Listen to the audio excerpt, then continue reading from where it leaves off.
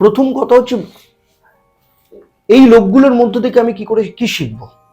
জ্ঞানের মধ্যে দিয়ে ভক্তি আসতে হয় কি করে? কারণ আগে জ্ঞান যোগ, তারপরে ভক্তি যোগ।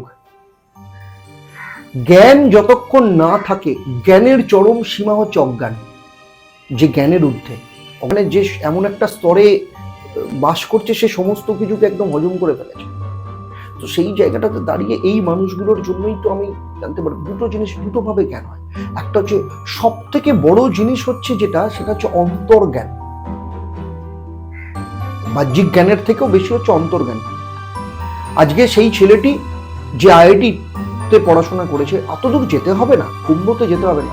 আজকে যদি আমরা ইসকনে যাই, আজকে যদি আমরা ভারত সেবাশ্রমে যাই, আজকে যদি আমরা রামকৃষ্ণ মিশনে যাই, কিংবা আজকে যদি আমরা ওঙ্কারনাথ আশ্রমেও যাই, এখানেও প্রচুর স্কলার ছেলেরা থাকবে, যাদের ক্ষেত্রে তারা পড়াশোনা করার পর জেনেছে ভগবান কাকে বলে। ভগবান কাকে বলে? যেখানে ইলেকট্রন, নিউট্রন, প্রোটন আছে। শক্তিটাই তো ভগবান, এর বাইরে কি আছে?